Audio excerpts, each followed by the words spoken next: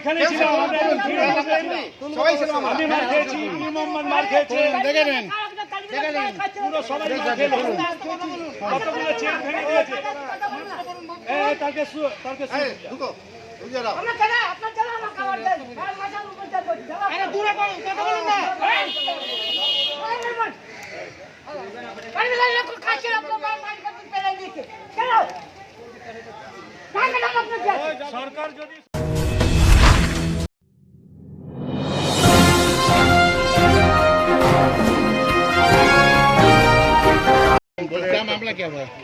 গাড়ির উপরে হামলা করলো, তারপরে খাবার টাবার ফেলে দিল, এখানে যত লোক ছিল সবাইকে মেরেছে, মারধর করেছে, রক্ত ফক্ত বার করে দিয়েছে। বললাম আমার আছে আর সব আছে, মানে আমাদের যত লোক ছিল সবাইকে লাঠি চালিয়েছে। আমি তো ওদের পেছনে ছিলাম, ওদের দিকে ছিলাম, তখন আমি দাঁড়িয়েছিলাম।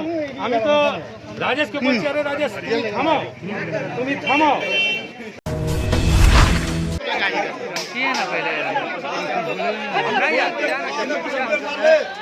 राजेश बार बार हिंदू मुसलमान का बात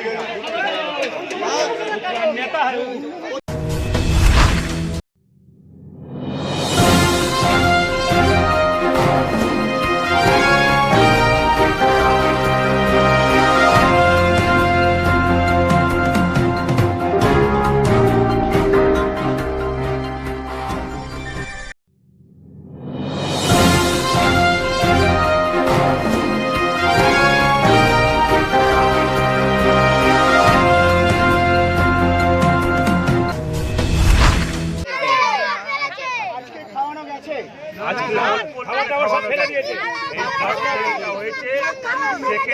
যখন স্টার্ট হয়েছে তখনই এইটা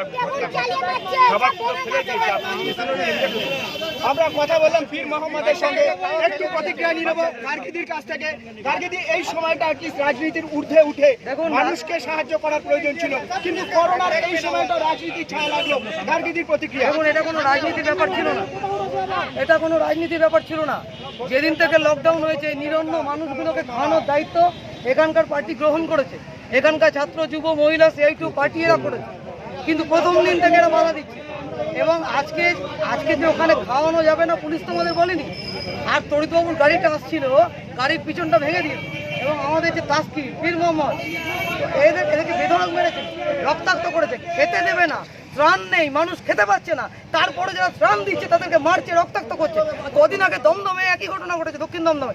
আমরা দাবি করছি যতক্ষণ না এই তৃণমূলের কাউন্সিলরকে ধরবে ততক্ষণ আমরা এখানে দাঁড়িয়ে থাকবো, তাতে যা হয় হবে। রাস্তা অবরোধ করবো প্রয়োজনে, রাস্তায় বসতে থাকবো, কিন্তু তৃণমূলের লোকদের আর হয়েছে কি, তৃণমূলের লোকেদের বুকে ব্যাজ লাগিয়ে দিচ্ছে। ওরা কে ভলেন্টিয়ারি করে?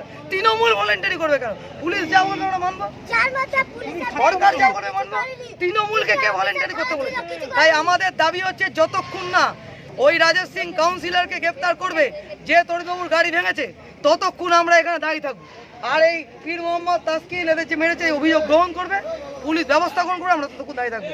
আমরা জানি লকডাউনে এভাবে জমায়েত ঠিক না, কিন্তু এছাড়া আমাদের কাছে কোনো উপায় নেই,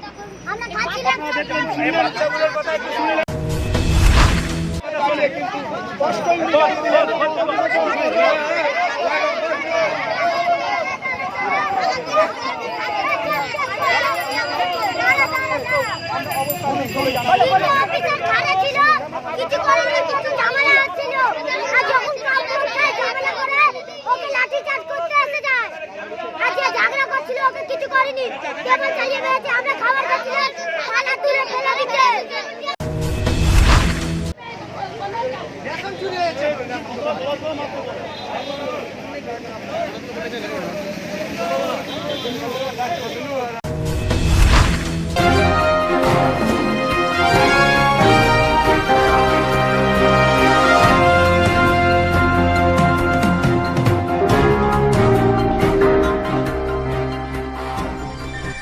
हैदर अली कैमरामैन मोहम्मद आफरीदी के साथ।